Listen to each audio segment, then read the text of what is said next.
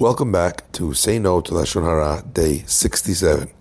This entire series is being done as a zechut for the continued health of Chana Bat Simafega. To sponsor an episode, please contact us on Shlomo at wearechazak.com. The Chafetz Chaim now speaks about another category which seems to sometimes get overlooked when it comes to Lashon Hara, and that is in the speaking about children. Oftentimes a person thinks that Lashon Hara is really exclusively about people that are of an age where that talk will actually hurt their feelings, or it might mean something about their behavior. But when it comes to kids, the standard understanding is that it's just a kid. So when I speak badly about him, he did this, or he did that, or he made this mess, or he was acting out, or he was screaming in the synagogue.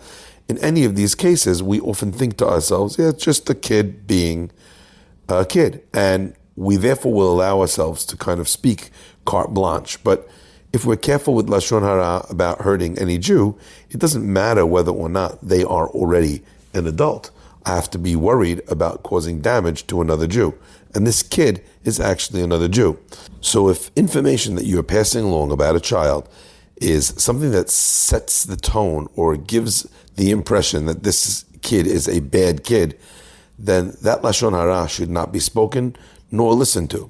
Now, in a scenario where it's not necessarily bad speech, you're not saying that they did something wrong, or that they were inappropriate, or they did something which was incorrect or shows bad midot.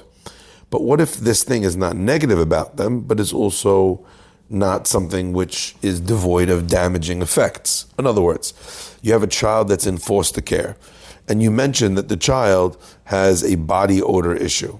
Not the kid's fault. It's not a negative thing per se about him, but you might have a parent thinking to themselves, do I really want to take this kid into my home?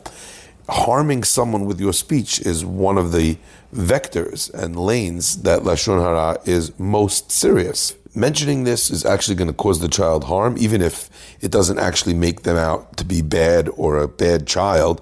Still, it would be asur. A second scenario is not a case of foster parents, but where you have very strict parents that will punish excessively when a child is doing something incorrect. Letting them know that you saw their kid in a certain place, or in a certain up at a certain time, or speaking in a certain way might result in tremendously harsh discipline over and above what is actually helpful for the child. Because that parent gets angry by what you've said, you've actually harmed that child by sharing those words. So when a person is talking to a child's parents about the child, they should be cognizant of the fact that if the parents seem to be people that are going to accept what's told to them and react in a very angry and unbalanced way and really punish where it doesn't really warrant it, then that would also be forbidden.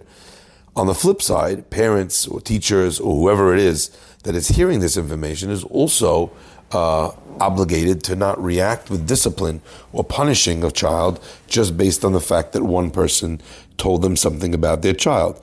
You have to investigate, you have to figure out if it's true. Like all Lashon Hara, we're expected at least at first glance to assume and to give the benefit of the doubt to the person.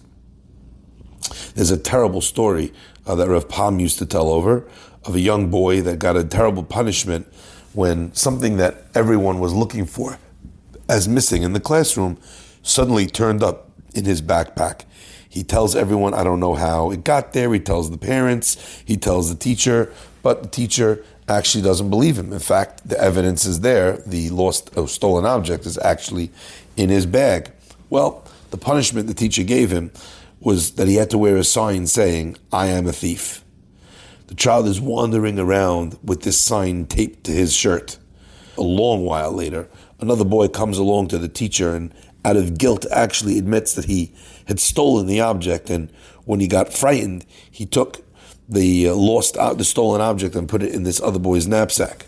Meanwhile, this child who didn't do anything was publicly ashamed and embarrassed because the teacher didn't really want to look into what seemed to be a clear-cut case.